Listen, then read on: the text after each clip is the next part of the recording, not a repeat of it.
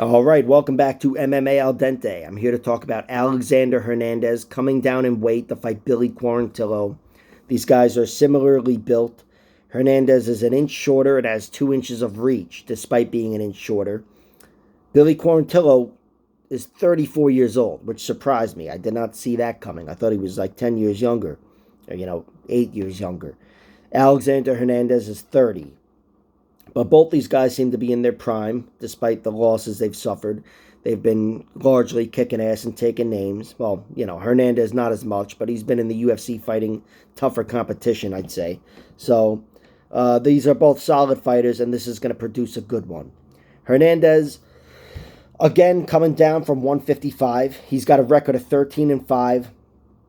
His 13 wins have 6 TKOs, 2 submissions, and 5 decisions. His 5 losses are 2 TKOs, 1 submission, and 2 decisions.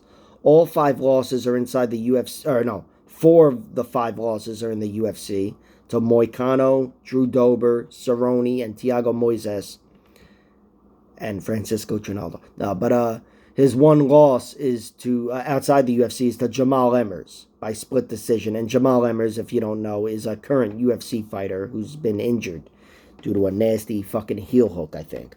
But anyway, Hernandez, he's a damn good fighter. He's a damn good striker. I think his best performances might be over OAM, Olivier Aubin Mercier, who just won $1 million, and in an awesome fashion.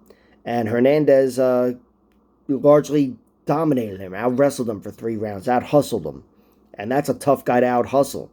So Alexander Hernandez had all the hype, and it all came crashing down with the Cerrone loss. But let me say, I was one of the few fans that was backing Hernandez in that one. I almost always back the veteran, always, especially in a fight like that. But Hernandez has such compelling trash talk. He's so articulate that I just found myself supporting him. And I really like how he put it all on the line. He ended up eating shit and a couple of head kicks and whatever. But he gave us some great moments, and that's what I ask for. That's all I could ask for from my MMA fighters. But he's fighting Billy Q, who's like the opposite. Billy Q is one of those workman type guys, low key, but kicking ass and taking names.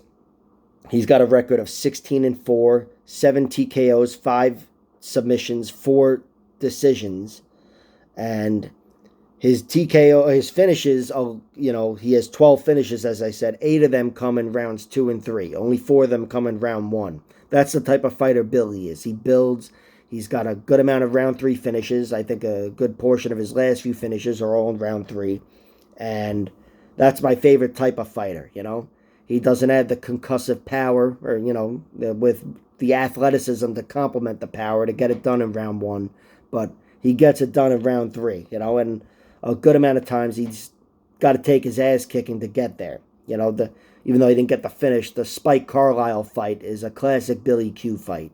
He lost round 1, was having a hard time dealing with this fucking physical monster in Spike Carlisle, but took over that fight and just out hustled him in rounds 2 and 3 and won a decision. And it was a great fight. I can't call it a classic, but it was a memorable fight. Anyway, his 4 losses, Billy Q, he's got 1 TKO, or KO really, and 3 decisions. We've seen him lose to Shane Burgos, Gavin Tucker, who really did the best work against him, and a guy named J.P. Reese outside the UFC. And of course, Michel Quinones, who fought in the UFC for a brief cup of coffee 5 years ago, 6 years ago, knocked him out with a head kick 6 or 7 years ago. So I guess, well, I don't know, 7 years ago. It was before the UFC anyway. But he's only lost a really good fight as Billy Q, and his chin's held up plenty of times since then. We've seen him throw down, go to war, Shane Burgos, that classic war. And Billy Quarantillo, he's one of those guys who's going to thrive in a dogfight. And I can't say the same for Alexander Hernandez. Hernandez, I think, needs to be the hammer. I don't think he's so comfortable being the nail. And generally speaking, broadly speaking, cardio might be a part of that. I don't trust the cardio. I think he's going to have a hard time being the nail in rounds 2 or 3. And that's precisely what I think Billy Quarantillo is going to do to him. Round 1, I guess I favor Hernandez. Hernandez always looks good in round one, aside from Drew Dober. But even then, he didn't look awful. But and Cowboy. But generally speaking, Hernandez is a good round one fighter, and Billy Q is not. But rounds two and three, the gap starts to widen, and it's going the other way. Billy Q takes over. I really like what I've seen from Billy Q, taking out Gabriel Benitez, Kyle Nelson in round three. Like I said, taking over the fight with Spike Carlisle. He took out Jacob Kilburn and I don't know, whoever the hell is. Commonwealth Kirk, Kama Worthy. These are all round two, round three finishes. He doesn't get anybody down in round one, but he tames them and outworks them, and overwhelms them with his pace.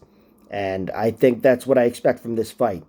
I gun to my head, I'd go round three. Billy Q gets it done via TKO. But, especially with Hernandez coming down and everything, it's tough to isolate a round, even though I did bet on round three because I'm a degenerate. But my primary bet is Billy Q wins the fight, minus 170. I really like his money line. I think if you told me he went to a decision, I'd pick Billy Q, unless, of course, he's able to, Alexander Hernandez is able to wrestle effectively at 145 after making the cut for a good portion of 15 minutes. I think Billy Q likely wins the decision, especially if it's contested on the feet with his output. And as far as Hernandez surviving, again, a lot of different factors, and Billy Q, even in round three, I don't think he's got the striking prowess of Drew Dober in any round, or even Cowboy Cerrone. Those are bigger, badder men. But Billy Q is a round three specialist. He's a guy who thrives in these dogfights, and he takes over. So I did bet on round three. I do think there's a good chance he gets a finish late. But again, I can't trust it with all the different factors. So the money line is minus 170. You can put that in parlays. That is absolutely my pick and my bet. Minus 170, Billy Quarantillo. I wouldn't mind seeing Hernandez win, especially if he started talking shit again. That would be awesome. But I'm going with Billy Q, the workman-like decision, or the workman-like performance that hopefully results in a round 3 KO. Like, share, subscribe, all that horseshit. Check out my other videos and comment below letting me know what kind of hat you prefer, which color.